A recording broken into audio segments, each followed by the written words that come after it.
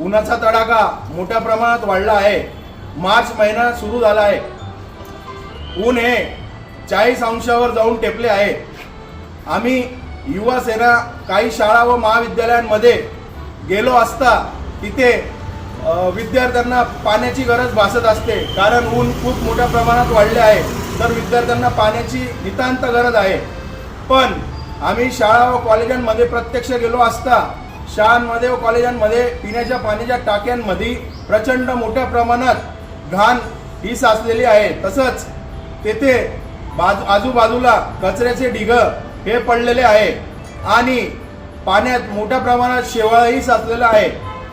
तरी आम्ही आज रोजी शिक्षणाधिकारी मनीष पवार साहेब यांना निवेदन देऊन सांगितले आहे की आपण येत्या 2 ते 3 दिवसात या पाण्याच्या टाक्या स्वच्छ करून येथे आरओ प्युरिफायर लावावे आणि मुलांना येत्या पुढच्या महिन्यात मुलांच्या परीक्षा आहे आणि उन्हाचा तडाखा हा पुन्हा पुढच्या महिन्यात वाढणार आहे।